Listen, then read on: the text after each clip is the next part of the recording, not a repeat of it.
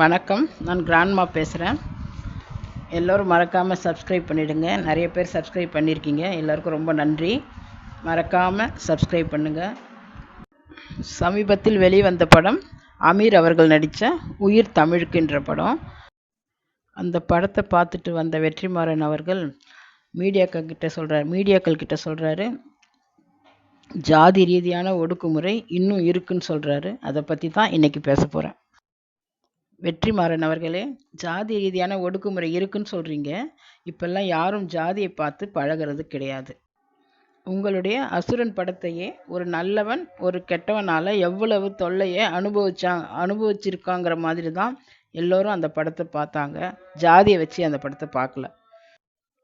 ஜாதி ரீதியாக நீங்கள்லாம் படம் எடுத்தாலும் மக்கள் யாரும் ஜாதியை மையப்படுத்தி பார்க்கறதில்ல.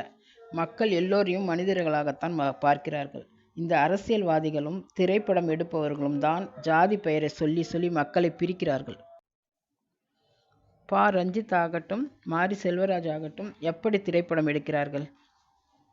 சீரியலில் காட்டுவாங்க, ஒரு பெண் ரொம்ப ரொம்ப நல்ல பெண்ணாக காட்டுவாங்க, மற்றொரு பெண் ரொம்ப ரொம்ப கெட்ட பெண்ணாக காட்டுவாங்க. அந்த மாதிரி தான் பா. ரஞ்சித்தும் மாரி செல்வராஜ் அவர்களும் அவங்க திரைப்படத்தில் காட்டுறாங்க. ஒரு தரப்பினரை ரொம்ப கெட்டவங்க மாதிரியும் இன்னொரு தரப்பினரை ரொம்ப நல்லவங்க மாதிரியும் காட்டுறாங்க.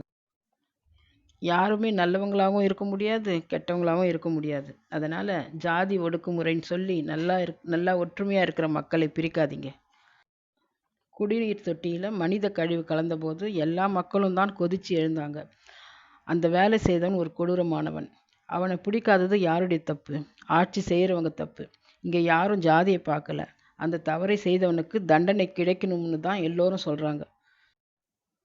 சண்டை போட்டுக்கிறது எல்லோருக்கும் தான் சண்டை போட்டுக்கிறாங்க. பக்கத்து வீட்டுக்காரங்க கூட சண்டை வருது, எதிர்த்த வீட்டுக்காரங்க கூட சண்டை வருது.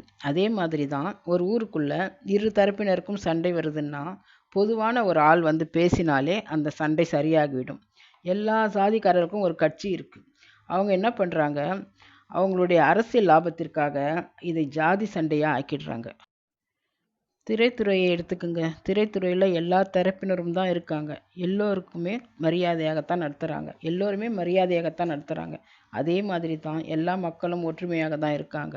நீங்கள் சொல்கிற மாதிரி ஜாதி ரீதியான ஒடுக்குமுறை நடக்குதுன்னா அதுக்கு காரணம் ஜாதி கட்சியை சேர்ந்தவர்களும் ஜாதி ரீதியாக திரைப்படம் எடுப்பவர்களும் தான். பிடிச்சிருந்தா ஷேர் பண்ணுங்கள், லைக் பண்ணுங்கள், உங்கள் கருத்தை பதிவு பண்ணுங்கள். மறக்காமல் சப்ஸ்கிரைப் பண்ணுங்கள். நன்றி, வணக்கம்.